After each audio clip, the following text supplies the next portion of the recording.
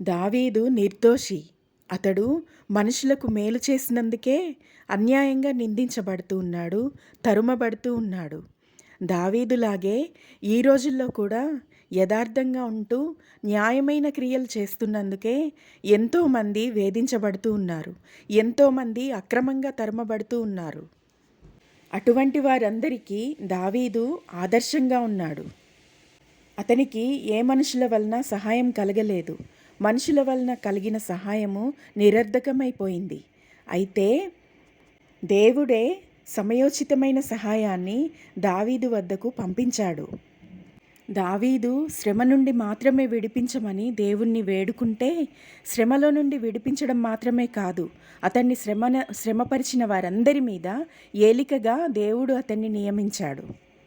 ఎందుకంటే దేవుని వాక్యం చెప్తుంది, మన తలంపుల కంటే దేవుని తలంపులు మన పట్ల ఎంతో ఉన్నతంగా, ఎంతో దీవెనకరంగా, మనం ఊహించని విధంగా ఉంటాయి.